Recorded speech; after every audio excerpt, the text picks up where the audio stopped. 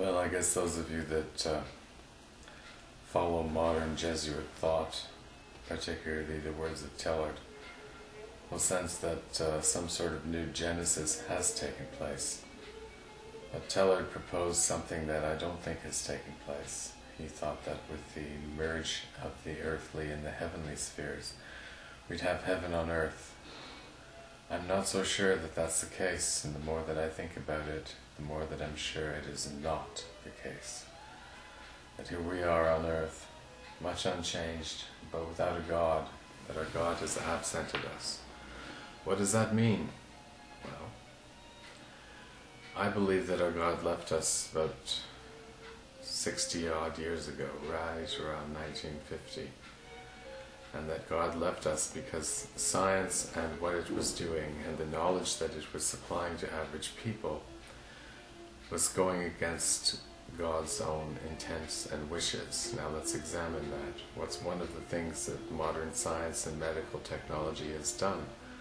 It has given people foreknowledge of the gender of the unborn child.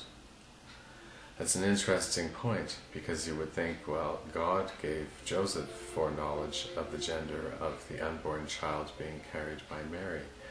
So you might say this is a mistake that God made in the first instance. How does that work? For surely that knowledge, which you really shouldn't have, was given in a plain way to Joseph, when an angel visited Joseph and said, "Don't put away Mary. Keep her, she is your wife, she bears the child of God, a male child will be born, and he is the Messiah, he is the one that people have been waiting for." Well, that's fine. Perhaps God made a mistake, or perhaps the angel made a mistake, it's really hard to say. But one thing I can tell you, modern theology has to acknowledge that science has stripped us of our God. It's not that God is dead, but I do believe that our God has absented us, right around the time of the point-contact transistor, in and around 1950, and all of the things that it has brought us, including the camera that I'm making this recording with, may be a transition towards something that we should not have ventured into.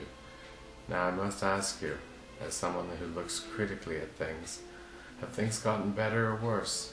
Are we better off because of the transistor? This is a debate that I had with myself over time, and I still have it from time to time. Of course, as a technology person, I have to look at it and say, well, that's just the measure of the thing. But surely the technology that we have now has given us access to things that we were not supposed to have. I believed that there was some way to bring our God back. I'm not so sure. I do believe that our God has absented us, and that the earthly and heavenly spheres have indeed merged, as Teilhard did propose they would, with the increase and march of science and technology. It's not a good thing, and I'm sorry about that. I can tell you that the heavenly sphere is now a rather cold place. It isn't warmed in the way that we would think that it would be. It's not a welcoming place. The gov is closed, there are no new souls. What happens to us next? That's a question that I ask myself constantly, and it interferes with my ability to do other things, like think about the sciences, regrettably so. So I do have a lot of work to do, work that I'm not doing, because I'm so puzzled and troubled by what I believe to be the situation that we face.